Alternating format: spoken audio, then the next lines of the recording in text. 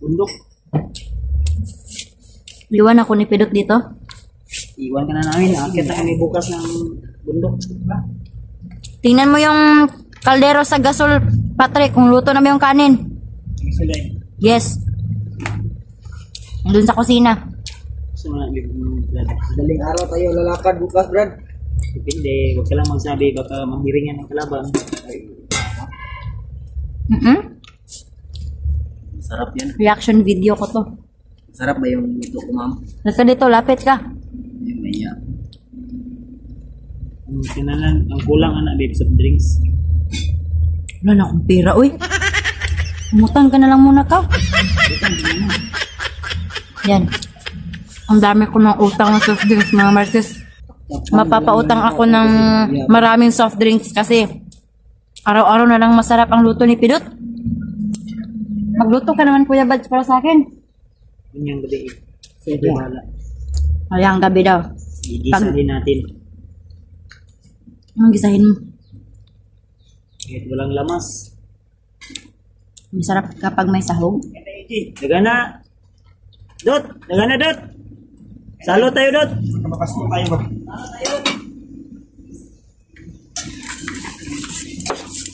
Salo, Dot! Huwag ka nang maingay dyan, Brad.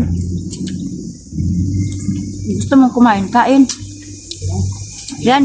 Kaabos na po tayo ng isang plato. Talaga itong bawa. Oo. Luto na, Trek. Wa pa. Kaon, sayang kaon. Brad, kain ka, Brad. Hindi. Isa ba? Okay.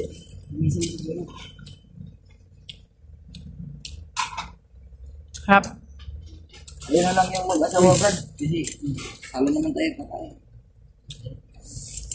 Iwan mo na si ma'am. Huwag kang mag-alala. Hindi ako iwan yan. Kundi sisilihan ko yan. Harap. Sobrang sarap, mga kamarites.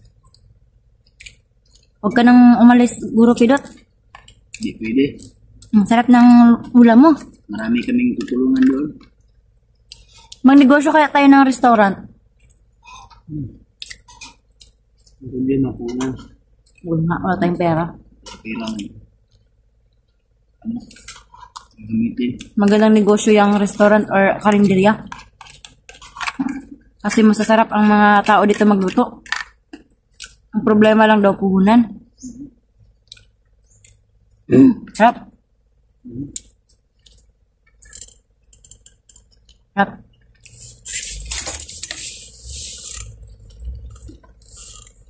Mas lalong sasarap to kapag may soup. Umutang ka doon kay mama na. Utot. Hindi man ako kilala doon. Di magpakilala ka kay mama. Ang hingi ngayon kanina ng adobo. Nahiya pa ako. Umutang ka doon, Kuya Bads. Mama ko naman yun. Mama pala natin. Harap. May manok ko. Sunod natin yung pagluto yan. Yan.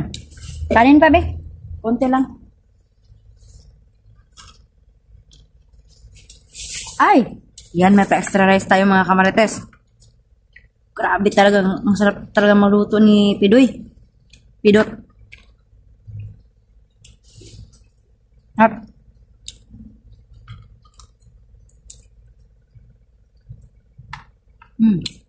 Yan.